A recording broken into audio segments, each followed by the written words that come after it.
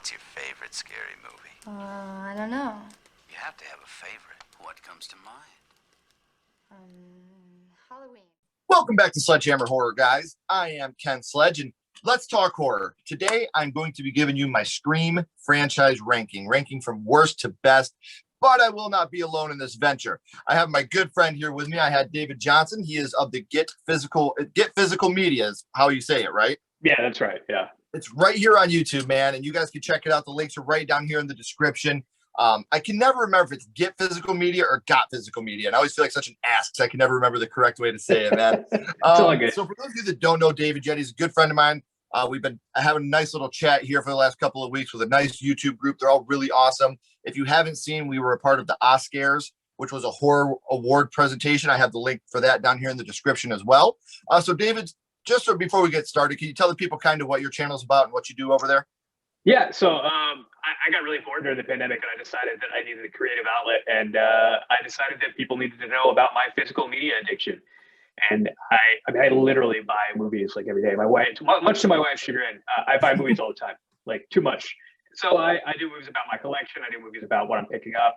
And in the future, I'm going to be doing reviews, rankings, and things like you, and some interviews coming up too. I've got some interviews booked already that I'm pretty stoked about. But it's a brand new channel. I'm not a seasoned vet like some of you guys are, man, because you've got a ton of subscribers already, and you're already out there killing it. I'm just trying to get just trying to have some fun and kind of get creative with this whole thing. Well, that's what it's all about, man. To me, just having fun, getting to meet new people, something I've said since the beginning. The horror community is the best community in the world, and it's amazing how supportive everybody is of each other. Everybody just wants the other person to succeed, and it's such a great thing to be a part of. And you're talking about how pretty soon you're going to have interviews as well as you're going to be doing rankings and stuff like that. You said rankings and reviews, but you guys don't have to wait. You can follow him down here. I have all his social media links as well as his YouTube, so you can subscribe. So you don't have to wait for me to announce any of this. I always like to give updates about people I've done episodes with, but you won't have to wait for me if you follow him. So make sure you're subscribing to his channel. Make sure you're following him on social media so you can get the updates as well. So anything else you'd like to add before we get started, my friend? Oh, man, let's dive right into it. So as always, I'll let the guests go first. The way that this will go, we will volley back and forth. David will give his least favorite, then I will give mine, and we will talk a little bit about them, and we will go until we get to our favorite. So why don't you start us off, my friend? What is your least favorite in the Scream franchise? I don't think I'm alone here, and it might be the same as your least favorite. I don't know, because we didn't discuss this beforehand, but my least favorite of the franchise is by a country mile Scream 3. And I did just recently do a complete rewatch of the series, and that movie just completely misses the mark in every single way for me. It feels like it doesn't even feel like Wes Craven movie. It feels like they handed the movie over to the scary movie guys, the guys who do the scary movie franchise, and let them roll it. It's just, the kills aren't as brutal as the rest of the series. I mean, we could talk about the fact that, Courtney Cox's bangs in that movie. Oh, just, there's memes about that. There've been memes about that for years. But overall, the reason I don't like Scream 3, one, the characters suck. There's nobody to root for in that movie. Obviously, you still got Sydney, and she's still worth rooting for, but the rest of the characters are just terrible. They're just terrible. I don't like the kills. They're not brutal. They lack the brutality of all of the other films in the series, and it's just too ham-fisted for me. I would almost go as far to say, if it wasn't for the fact that it was a Scream movie and it had Sidney Prescott in it, I probably wouldn't watch it all again, and I probably wouldn't like it. Right. Well, yeah. I can honestly say I respect that, because coming in at number 4 for me is Scream 3. For a lot of the same reasons of what you just said, and I'm going to take it a little bit farther, my friend. The voice changer is the stupidest fucking thing I've ever heard. To me, it's just lazy writing. That's all it is. It's lazy writing. And there's way more, like you just said, the scary movie thing, way more comedy in this than there is horror. They took a lot of the horror aspect out of this and made it a lot less. Even Scream 1, 2, and even 4, you still have that feeling of fear and that feeling of dread. You didn't feel that a lot in Scream 3. I don't like how they retcon the backstory, how Sydney's mom was out there and she, was raped. Anything with sexual assault to me is not something I'm a fan of. And then her son from that, that whole thing to me was just bullshit. As well as, look, nobody's a bigger Randy Meeks stan than me. because in high school I was Randy Meeks. Like that was me 100%. But to bring his sister in out of nowhere, and she had a tape of him just in case he was dead. Like that whole thing to me was just really over the top. Two more things about this movie that really bother me. When you see Roman dead, they check his pulse. Mm-hmm. And then they're just like, well, how did he take that? How do you fake having no pulse? It doesn't make any sense to me. No, and then the biggest fuck up in this movie to me, and maybe not a lot of people notice this, or maybe a lot of people that care about this, but there's the scene, man, where Ghostface is downstairs and he throws the knife at Dewey and it hits him with the butt of the knife and it knocks him out and he falls down the stairs. It's just so impractical and so improbable. And even the first time I was like, are you fucking kidding me? Like, give me a break here. That's the stupidest thing I've ever seen. Right. And I realize we're asking for a sense of realism in a movie that's making fun of movies that are unrealistic in general. But it goes too far. You're right. It goes too far into the unrealistic. One thing, and I will say this, I'll say one very nice thing about Scream 3, and that is that they, you kind of touched on this a little bit with the sexual assault. They did kind of pound it into Hollywood and their and their awful behavior long before it was appropriate or cool to do. So I did dig that about the screenplay, that they took some real pot shots in Hollywood for their creepy fucking behavior. And that was what, how long ago was that movie made? Like 15 years ago, 14 years ago? This movie came out in 19. Damn, I should make the dates a little more obvious on these things, huh? I would say it's like 98 or 99.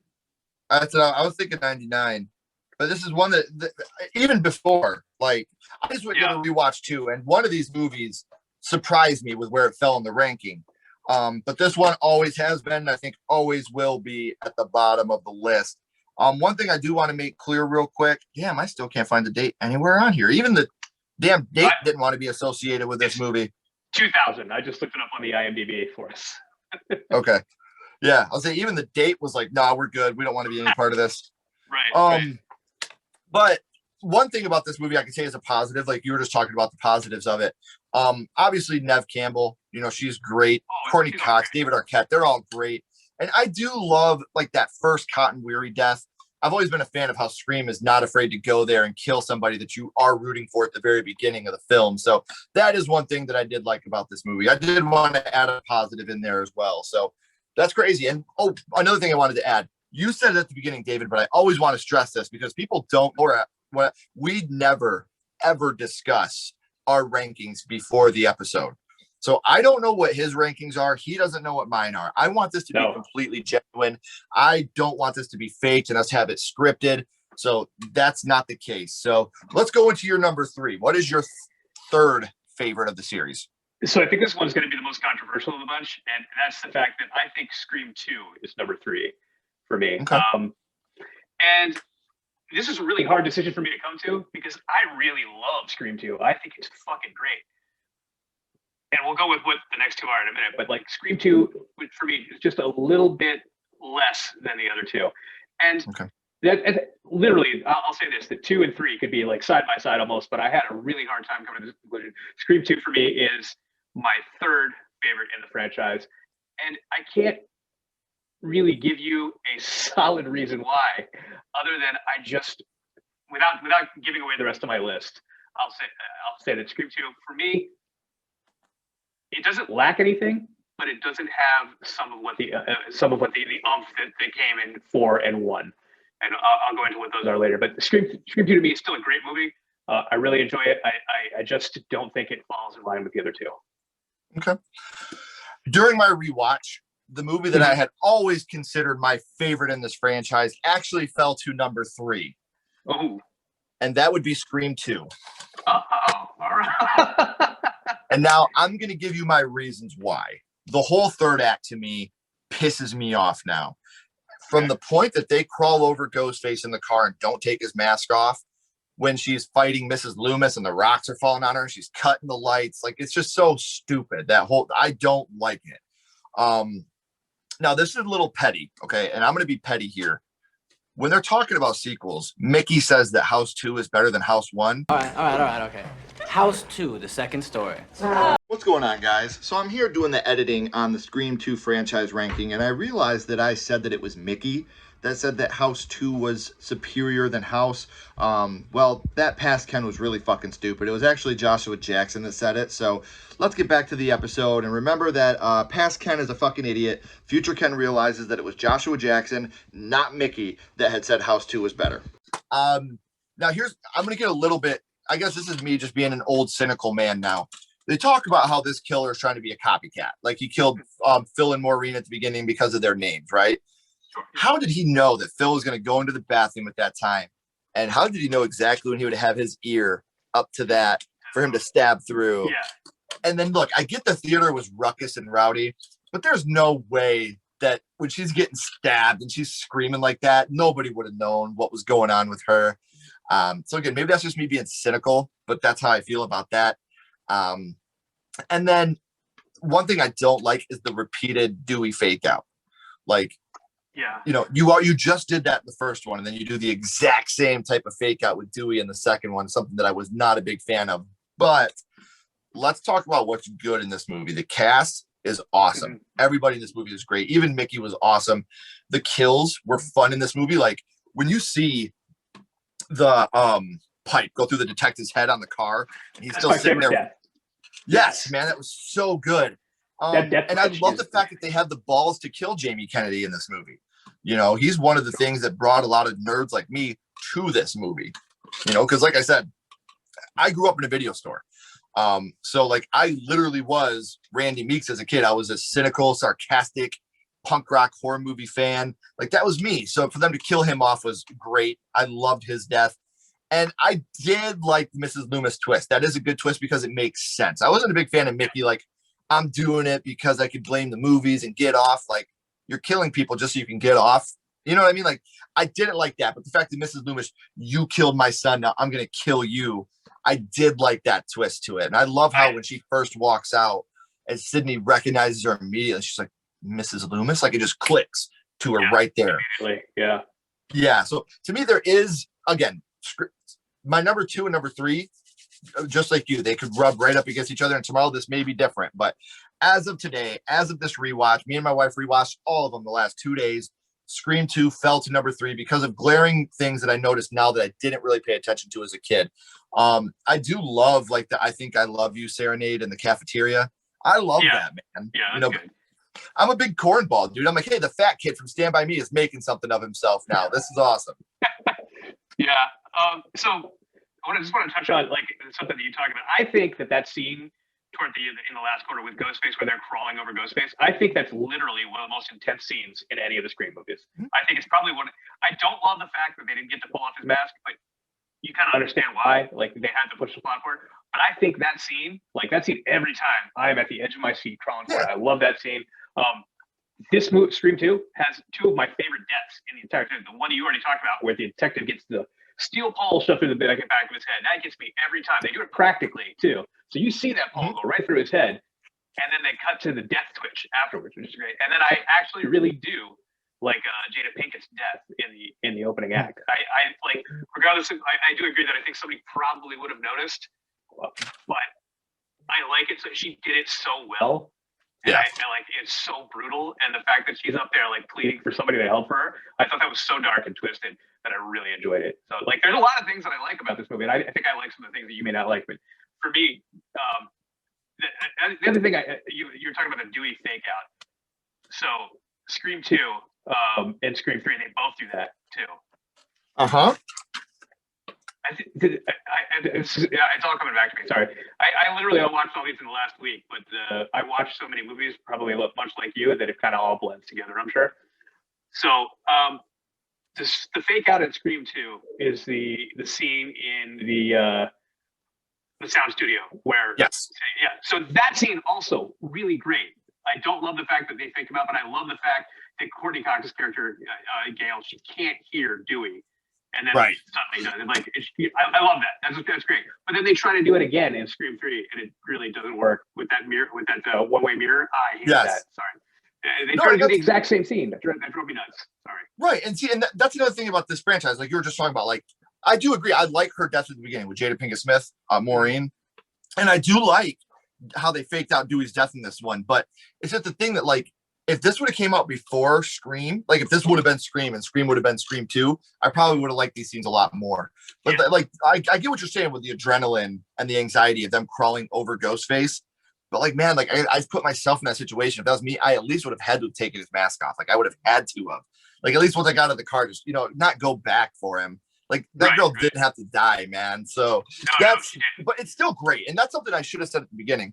Scream is my favorite horror movie franchise of all time. So when I'm saying that these are my least favorite, 3, I think is not very good. But if that's the worst movie in your franchise, you're smiling because it's a decent enough movie. It's entertaining, even though it has a lot of flaws. It is very entertaining. And my number 1 and number 2 more than make up for how great or how bad. They're great enough for me to ignore how bad Scream 3 is. So without any further ado, let's get into your number 2, my friend. My number 2 is going to be Scream 4. This is one that I honestly thought this would be flip flop. I thought my ranking was going to be in a different order. I thought that Scream 4 would be probably third because I had only seen it in the theater, didn't rewatch it. I really liked it, but I didn't remember really loving it. But on the rewatch, I kind of love this movie. I really love what they did with it. I like the new cast. I really, really, really like the fact that I love the opening. Like the triple fake out opening that they have with Kristen Bell and everybody else. It's great. I love it. I really like Alison Brie's character. She's from Community. She's great. She's a lot of fun to watch. And something that I think that some other people talk about. I like Kirby a lot. I can't say her last name properly. Hayden Panettiere. Is that how you say it? Panettiere or whatever. Yeah. Oh yeah. I don't know. I probably butchered that, but yeah. So I really like her character too. She's great. And like, I like what they were doing with this. And I really, really love the ending and the twist and the killer. I really do. I think it's great. And I think Emma Roberts is fantastic. I don't think she gets enough credit for how good she is in this movie. She's so fucking good. Yes.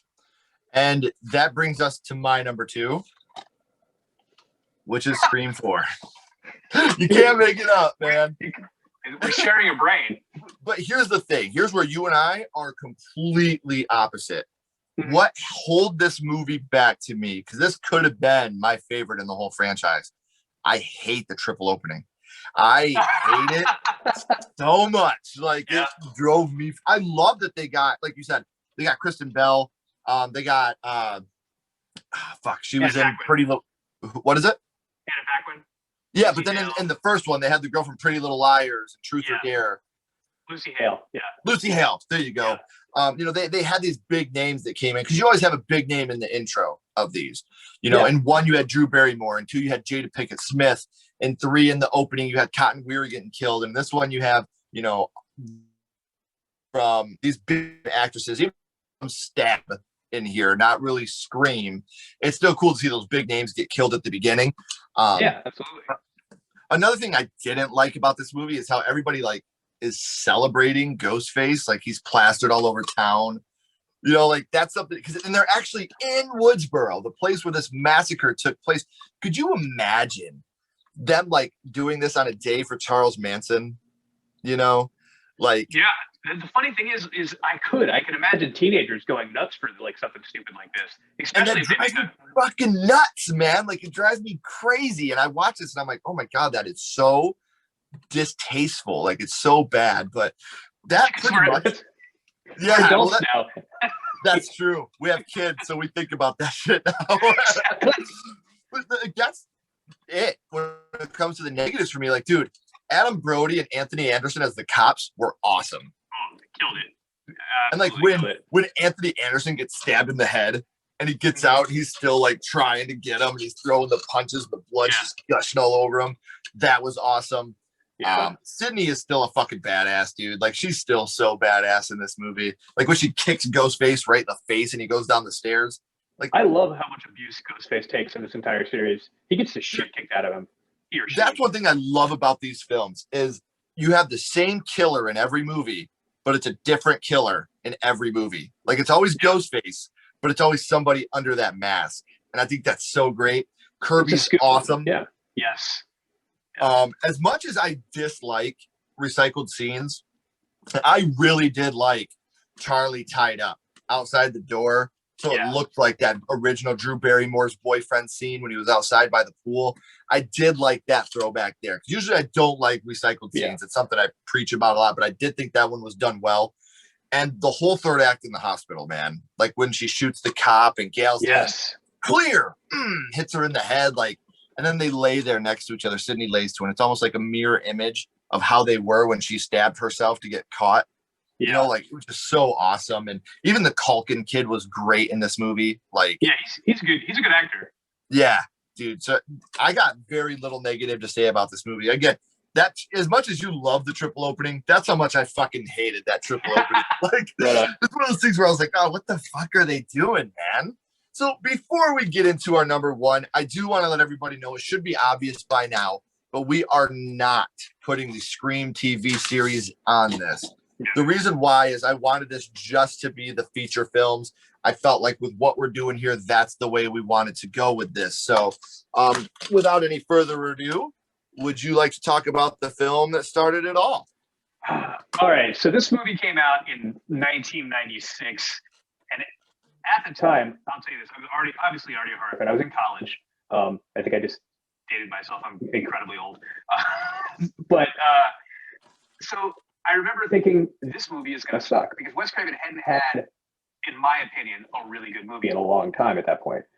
And I was like, I'm going to go watch it because everybody wants to go see it. So I took myself to go see it, and I was fucking blown away. I had not seen anybody subvert the horror genre like that ever. And still to this day, they haven't been able to successfully replicate what Wes Craven and Kevin Williamson did with the original Scream. Unless we're talking about Scream 4 and Scream 2, which they've done with varying degrees of success. But nobody else has come close. In my opinion, Scream is a perfect horror film. And it does bleed into comedy a little bit. And I think there are some people who would argue it's a horror comedy. And I guess there's an argument to be made for that. But I think, in all honesty, Scream is a perfect horror film. I think that the cast is great. The setting is great. I think they nail everything about this movie. The casting, I think Skeet Ulrich and Matthew Lillard are fantastic. And I still to this day don't know why Skeet Ulrich doesn't have much of a career. I don't understand it. That guy, I know he did one not so great movie with Cuba Gooding Jr. It was like an action movie called Chill Factor. Not great. One bad movie does not make a person unbankable. There are plenty of people who make bad movies, but Skeet Ulrich needs to be in more things still to this day. I know there's a rumor that he could come back for Scream 5. I hope that's not true, but we could talk about all the rumors in the world if you want to, but I think Scream is a perfect horror film. I have nothing negative to say about this film. I actually gave it 5 stars on Letterboxd. I went back up from 4.5 to 5 because I watched it. I was like, what did I take a half star off of this fucking movie for? It's fucking fantastic. So that's it for me, man. I love Scream. It's one of my all-time favorite horror films, and it's just perfect. I'm with you, and I'm gonna say this: Scream influenced my life. Even though House is my favorite horror movie of all time, fuck you, Mickey. House is better than House 2. I went to get a Ghostface tattoo, and I actually ended up getting The Scream by Edward Munch, which is what influenced The Mask. That's what the impact that Scream has had on me in my life. I will, however, say there are things that I don't like about this film. Not much, and they're little things, but right after Drew Barrymore is killed and they go to school the next day, everybody's running around in Ghostface masks, and Principal Hembry ends up yelling at him. How does everybody already know that that's what the killer was wearing? You know what I mean? Like, they already know, like, that they're all running around. They got the mask. Like, no, nobody would know that. That was back before Twitter and all that shit. Right, plastered all over. You know, so that's one part for me. Another thing, and again, a lot of people love this, but even the first time I seen it, I was like, what are they doing? The Freddy janitor. Like, I get it, Wes. Like, Freddy was your baby. I totally get it and I respect it, but you would have to put the Freddy janitor in this movie, man. Like, oh, I like that. I like that a lot. Now, the biggest thing for me, and again, this is just me. I'm being really picky right here. If you can't tell, I'm being super picky, but I got to be critical. Tatum's death, man. Look, it's the most memorable death in the movie. It is. Yeah. But there's no way that garage door would have kept going up with her in it. No way. It wouldn't have happened. So that's one thing for me about this movie that I can say. But don't get me wrong, I'm glad that garage door malfunctioned because that's one of the coolest deaths of any movie. Even though you can see that she's totally a doll when her face gets crushed, it's still fucking awesome, dude. Like, this girl is stuck and she's gonna die because her titties are too big. Like, it really was a curse, man. Like, we tried telling her those things are a curse, not a blessing. Didn't listen. Now let's talk about what this movie did right. If you're not talking about this movie did right, whether you love Scream or you hate Scream, you cannot deny the fact that this movie 100% revitalized the horror genre. If you look at the movies that came out the 3 years before Scream, I dare everybody, look up the movies that came out the 3 years before Scream and the horror movies that came out the 3 years after, and tell me that Scream didn't completely give a shot in the arm to the horror slasher genre. It saved it. Wes Craven experimented with Wes Craven's New Nightmare, and he loved what he got out of that meta atmosphere. And so he made that into a whole film, and he did it perfectly. The cast is perfect. You just talked about Billy and Stu. Sometimes Stu goes a little overboard with his spit and yelling, but he's still the best, baby. He's the man. Oh, dude, you talk about a perfect casting. This movie has the perfect casting. The only other movie I could ever think of that I think has a perfect casting, I always say Scream and Back to the Future. Those two movies are the most perfectly casted movies I've ever seen in my entire life. The casts are amazing. Randy Meeks is perfect.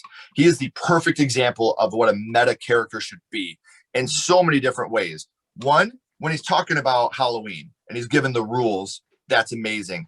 Two, when he's sitting on the couch and he's watching it happen and Jamie Lee Curtis is on there, Laurie Strode, and he's like, look behind you, Jamie. Obviously, he's Jamie Kennedy, and there's someone behind him, and he's like, Jamie, look behind you, Jamie. Like, that's perfect. I love that. Like, I absolutely love that they did that. And one thing that we always forget, how great this twist was when this came out. Like, we watched Billy die. We watched him get stabbed by Ghostface. And then he comes downstairs and gives the Anthony Perkins, we all go a little mad sometimes. And you're like, dude, you got stabbed. What happened to you? Yeah. That's and great. Scream. Go ahead. No, go for it. I'll say Scream not only influenced the horror genre, you got a whole new spoof movies. The scary movies would not have started without Scream. Yeah. You know, like, and obviously Scary Movie went on to parody so many different films, but that would not have happened had it not been for Scream. That's the effect that it had. And Kurt Cobain of Nirvana said he knew that they did something right when Weird Al Yankovic called and asked if they could parody his song. He said, when that happened, I knew that we were something good. You know, and I feel like with Scream, that is so good that people parodied it. You know, Scary Movie was their Weird Al to their Kurt Cobain, man. Like, and that's the impact Scream has. I mean, I Know What You Did Last Summer, Urban Legends, all the fucking Halloween made a movie around Scream. And here's what's funny. Halloween H2O is a very meta movie that is very Scream influenced. And they even, kind of gave a nod to each other because in Halloween H2O, they're watching Scream 2, which is funny because if they were watching Scream, they would have been watching Jamie Kennedy watch Laurie Strode in Halloween. Ooh, I never thought about that. Yeah. Yeah. So it's just like the wraparound and how they couldn't have him watching Scream in Halloween H2O because that would have been there. But having him watching Scream 2 is beautiful. But it means that Scream does exist in the universe of Halloween H2O where Laurie Strode was Laurie Strode. And I have not watched H2O in a very long time.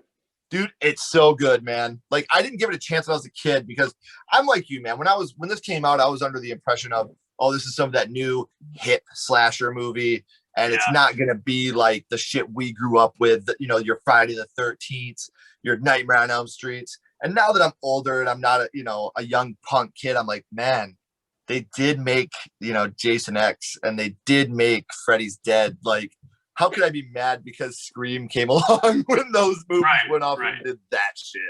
So, man, I again want to thank you so much for coming on. So I think this is awesome that you and I had the exact same rankings.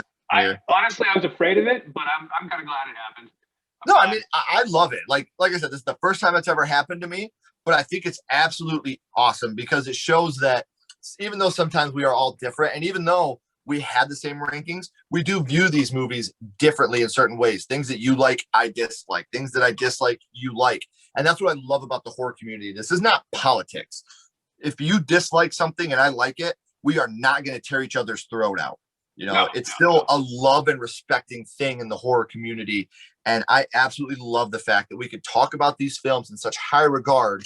And at the same time, we can disagree about certain parts of them, but it's still kosher, man. It's still good. We still, that's why we're here. That's why we're doing what we're doing right now, because of our love of horror movies. Yeah. I draw the line at Nickelback. Like if you like Nickelback, then we're through.